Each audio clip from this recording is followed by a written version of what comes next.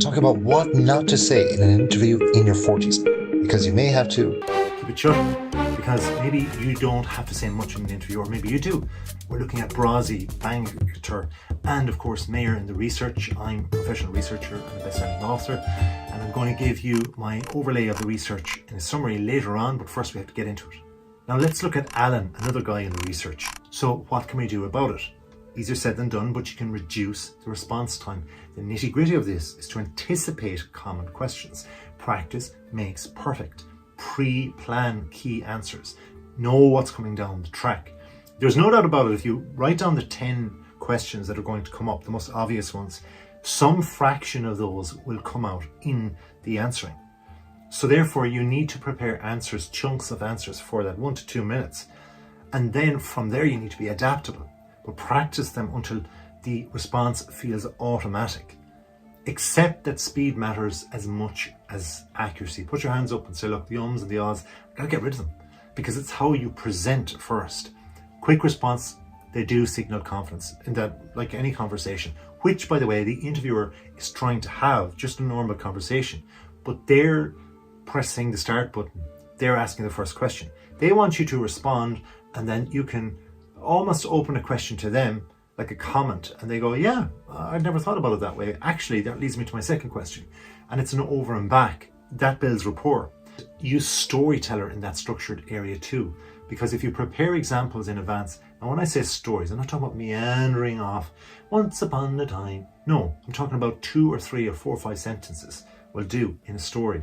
Use clear beginning, middle, and an end. If you are going off that little bit longer in the story, and you have that rapport built up later on in the interview, maybe 10 sentences, fine. But you still have to have that structure, and that they can see what's going to go on at the end, because they don't want to be delayed. Now we need to practice. It makes perfect, and do it out loud. Speaking builds fluency, reduces fillers like and then the silence. Oh gee. Improving your timing as well comes from this practice. Train like you mean to present. Train your first response so that it's instinctive. Aim to start speaking within 1 to 2 seconds of the question being asked.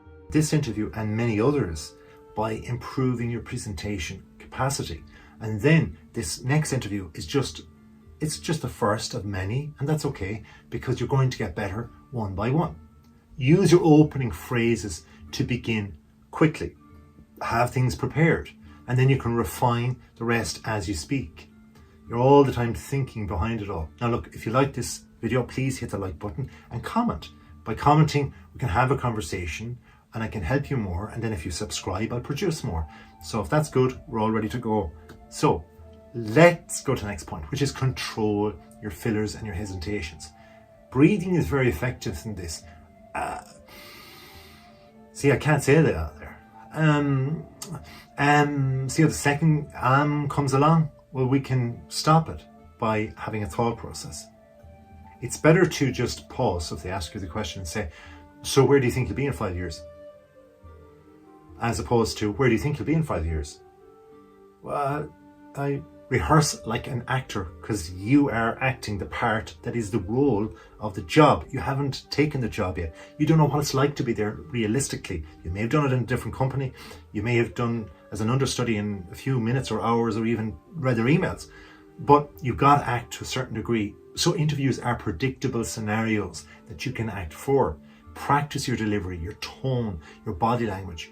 Confidence comes from repetition. And focus on the impression, not just how you're presenting your content, or the specific content more so itself. Interviewers judge how you show up and how you sound.